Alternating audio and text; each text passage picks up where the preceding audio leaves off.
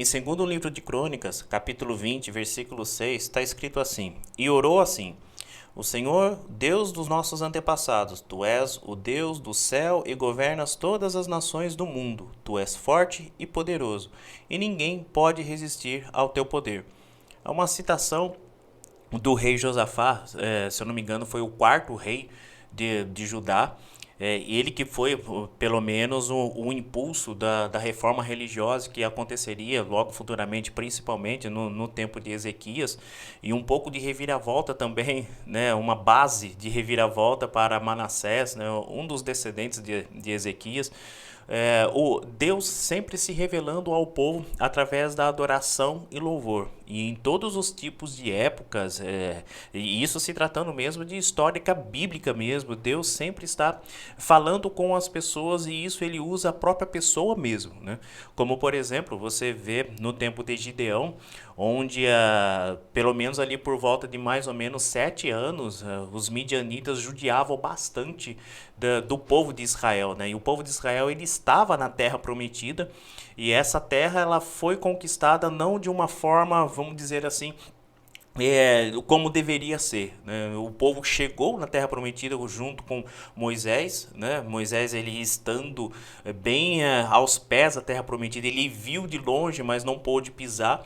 Mas a legalidade de Moisés deixado para Josué e Josué liderando o povo com esse tipo de legalidade deixado por Moisés, acabou conquistando a terra, mas essa conquista foi base de algumas negociações, alguns tipos de alianças, alguns tipos de celebrações, fazendo acordos com as próprias pessoas que estavam ali mesmo, e isso foi dando fruto de uma forma de trazer idolatria e simplesmente algumas celebrações violando até a base do trono de Deus, né? E aqui, no ponto de Gideão, isso é o que estava acontecendo, né? O povo do deserto, os midianitas, eles estavam assolando o povo com destruição das plantações, destruindo as colheitas, matando os animais, fazendo caso, né, de tirar sarro mesmo dos sacrifícios e, por fim, os midianitas judiaram bastante do povo de Israel. E nesse tempo de Gideão, as pessoas trabalhavam escondidos, né? Tanta perseguição, tantos tipos até de... Não relata muita morte, mas muita perseguição. E Gideão estava trabalhando em lugar que era para trabalhar com uvas, né? Ele trabalhava com trigo, né? E ali o anjo do Senhor apareceu para ele e o diálogo, o resultado desse diálogo foi que Deus estaria com ele. Mesmo assim, Gideão, ele se sentindo desprezado, até mesmo pela sua própria família, mas isso não importava para aquele diálogo ao qual o anjo do Senhor estava tendo com ele ali. E o anjo do Senhor estava dizendo que Deus estaria com ele e que ele seria esse rapaz valente que lideraria o povo, né? Para uma aplicação pessoal hoje, evitar, né, esses tipos de julgamentos ao qual essa pessoa pode ser tratada por Deus, essa pessoa não precisa ser tratada por Deus. Deus ele não olha tipo de situação, tipo de circunstância. Deus, assim como aconteceu nos dias de Davi, né, naquela eleição ao qual Samuel participou, Deus está de olho no coração, né? É claro que a expressão ela é exata, né, do externo, né? Mas Deus ele está sempre de olho, ele conhece o íntimo, ele conhece a intimidade, ele conhece a intenção do coração.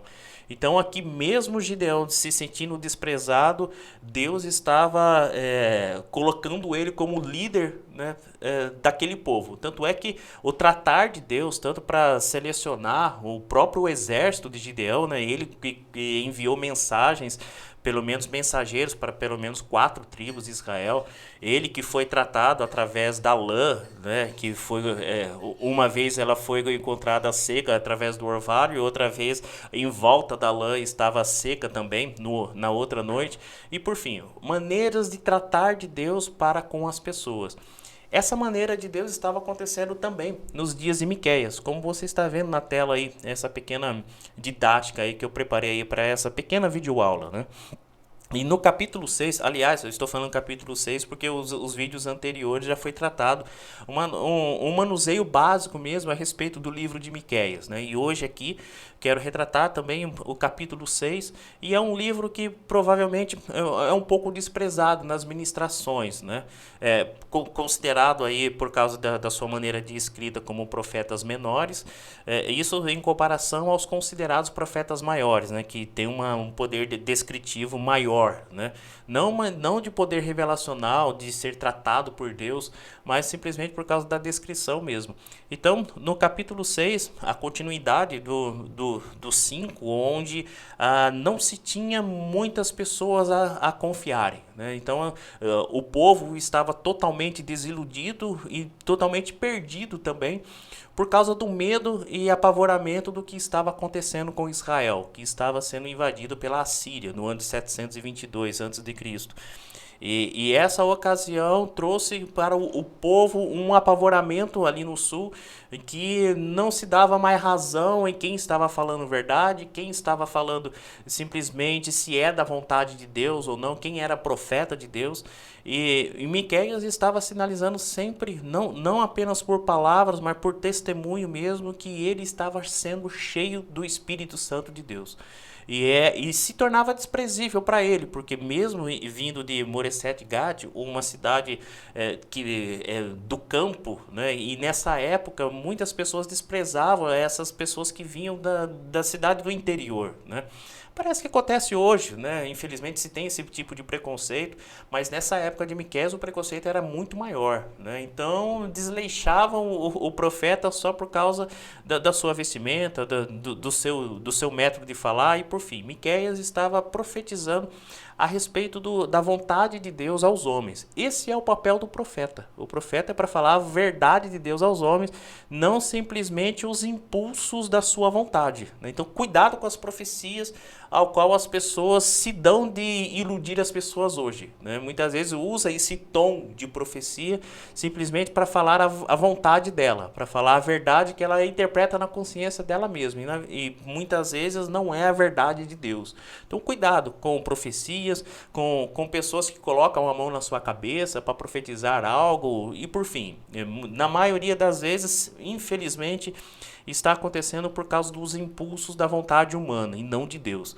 Mas graças a Deus que existem profetas que estão dispostos a se expor ao ridículo por amor a Jesus, e que estão divulgando a palavra até em forma de missão e até em campos que parecem ser até proibidos ou até perseguido por matanças, né, infelizmente, mas graças a Deus existem os profetas que estão dispostos a falar de Deus mesmo, né, a falar de Jesus mesmo, tanto em campo missionário, como mencionei, como também em campo evangelístico local ou também continental, e por fim, graças a Deus tem esses profetas.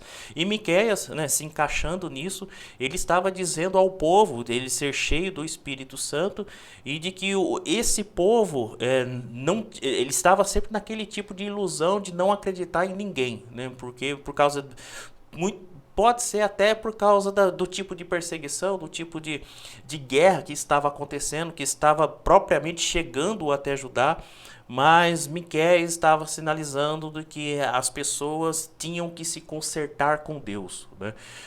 A desorganização estava tanto, né, que os tipos de ocasião que estava acontecendo com Gideão agora estava acontecendo pior ainda, porque estavam praticamente desprezando a obrigatoriedade do templo, né? O termo levitas estava quase praticamente sendo desprezado. Isso também é uma colocação feita no livro de Malaquias, ao qual o sacerdócio é totalmente brincadeira, né, diante do trono, diante do templo, e sujava o templo com sangues indevidos e com sacrifícios até de mentiras. E tanto é que nesse tempo de Miqueias, as pessoas estavam até querendo impressionar Deus, né? Querendo, sabe, impressionar o ser onisciente. Isso nunca vai acontecer, né? De você impressionar Deus. Olha, Deus ficou impressionado comigo. Isso nunca vai acontecer porque Deus é onisciente. Ele sabe de todas as coisas. Então, antes mesmo que a palavra chegue aos seus pensamentos ou à sua boca, ele já a conhece por inteira. Então, as pessoas aqui no tempo de Miqueias estavam naquela vontade de impressionar Deus e querendo fazer com animais bonitos, com aquele tipo de alimentação saudável, né? Com rituais aí que chamassem a atenção de todos, e Deus simplesmente estava falando que estava querendo do povo humildade, justiça, né? Como está na tela aí, e misericórdia. Deus só queria isso. Porque as pessoas estavam se aparecendo muito, as pessoas estavam querendo louvar alto, cantar alto, tanto é que nem tinha testemunho acerca de Deus, tanto é que colocavam as montanhas e os montes como juízes, né? Para se ter a ideia se essa colocação é válida, de que não tinha testemunho a respeito do que Deus estava fazendo ali. Estava totalmente desorganizado. Não se tinha a intenção mais de louvar a Deus, de adorar a Deus. Quase mesma ocasião da menção ao qual fiz no tempo de Gideão. E Deus estava falando, olha, isso daí eu estou conhecendo vocês. Eu sei que vocês estão fazendo isso daí, é da boca para fora, é de testemunhar para fora. Eu simplesmente apenas quero justiça, misericórdia e humildade.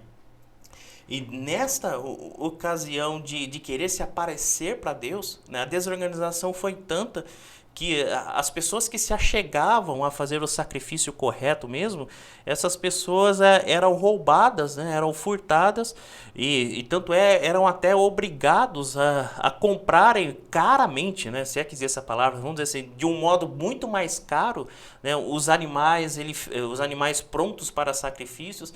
As pessoas que queriam o sacrifício, esse sacrifício perfeito, tinham que comprar esses animais desses exploradores, né? Então, por isso que no livro de Miqueias, no capítulo 6, cita muito o peso da balança ser injusto, né? Então, as maneiras de medidas em relação à palavra, ao testemunhar acerca da verdade, estava totalmente incorretos, né? Falava que era um preço só para impressionar as outras pessoas, para explorar as outras pessoas, e a venda e esse compromisso de compra e venda, né, estava totalmente desorganizado, provocando até fome, né? Nessa sinalização que eu fiz aí na tela aí, o pecado dos ricos e os violentos provocaria doenças, desolação, fome, insatisfação e frustração.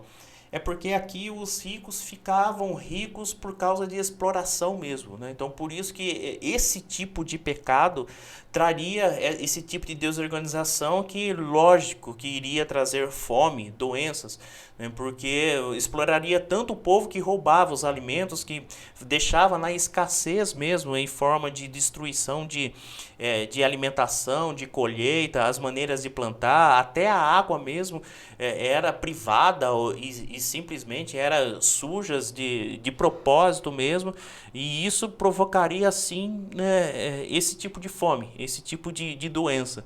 E para se ter, né, comidas boas, plantações boas, você tinha que comprar desses exploradores. Então, por isso que essa desorganização, lógico, que criou esse fruto de tipo de consequências, né?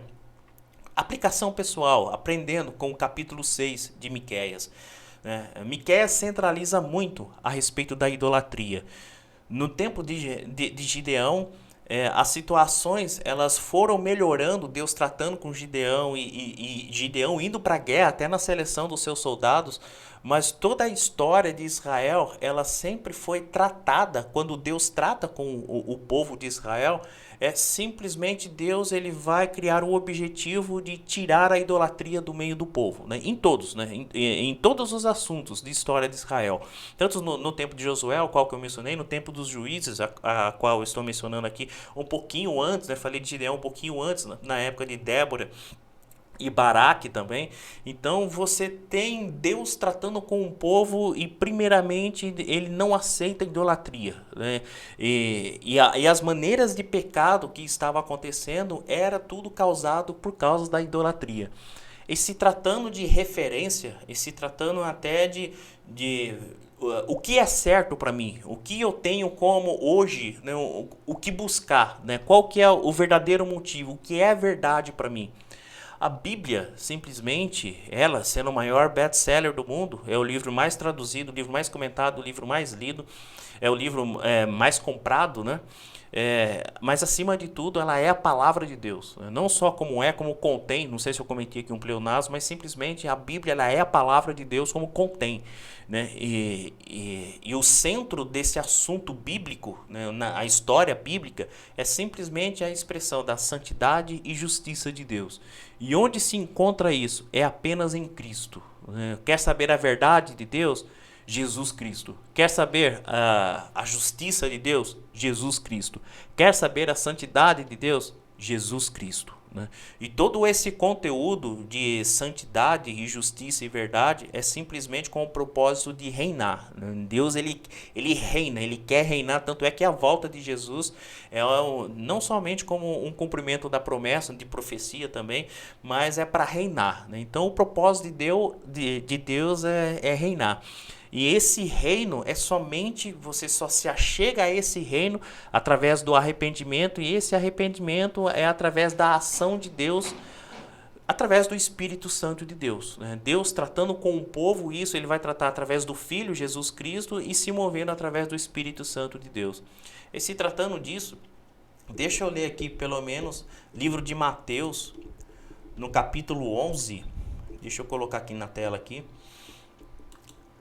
É um capítulo, um versículo tão conhecido, mas é proveitoso, né? Vale a pena repetir.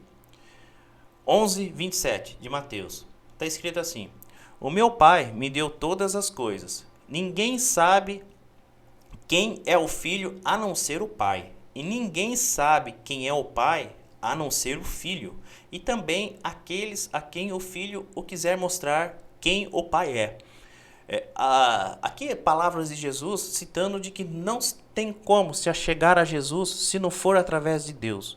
E Deus, para ele se revelar ao homem, ele só vai se revelar através de Cristo.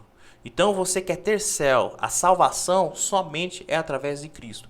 E isso vai acontecer nesses dois trilhos, Cristo e Deus. Né? É Deus trazendo o homem para Cristo e Cristo está levando o homem para Deus. Né? Então quer conhecer a divindade, a verdade, a justiça, a misericórdia, é somente através de Cristo. Isso vai estar acontecendo debaixo da vontade de Deus, porque essa é a vontade de Deus. Né? Então, somente através de Cristo que você tem a referência. Né? É uma pena, é claro que nos tempos de Miqueias, nessas menções que eu fiz de Josué, Gideão, Débora, eles estavam de olho no Cristo que viria. Né? E graças a Deus hoje nós estamos lendo tudo isso que aconteceu acerca do Cristo que veio. Né? E que a proposta da segunda vinda ainda está em aberto, né? Ainda está para acontecer. Mas o versículo 28 está escrito assim: Venham a mim, todos vocês que estão cansados de carregar as suas pesadas cargas, e eu lhes darei descanso. Então, o passo aqui de que Deus é soberano, que sabe de todas as coisas, e é através de Cristo que ele faz a obra, existe também uma ação humana, não que dependa disso, mas essa ação de se achegar a Deus é por causa da nossa limitação de espaço e tempo que nós temos. Nós não sabemos do futuro, nós não temos ideia do que vai acontecer em segundos, em minutos, em séculos, em anos, e isso só Deus sabe. Mas por causa disso, por causa dessa limitação, nós temos que ter atitudes, né? Nós temos que ter essa formação de opinião, e eu só consigo fazer isso lendo a Bíblia, congregando e orando a Deus. Eu só consigo fazer isso. Se eu quero ter relacionamento com Deus através de Cristo, é lendo a Bíblia, congregando e orando. né? Esses são os fatos, não é que são principais, é essenciais para ter relacionamento com Deus. Bom, prazer. Meu nome é Evandro Soares. Eu gostaria muito que esse vídeo te ajudasse muito, não somente com uma videoaula, como um estudo bíblico, mas como que também uma influência para que você venha ter relacionamento com Deus. E lembre-se, Deus está sempre levantando pessoas para falar a verdade dele para as pessoas, né? Independente da época, independente do tipo de tratar de Deus, mas Deus está sempre falando com as pessoas. Bom, curta esse vídeo, compartilhe nas suas redes sociais e não se esqueça, né? Se inscreva nesse canal. Até mais e tchau!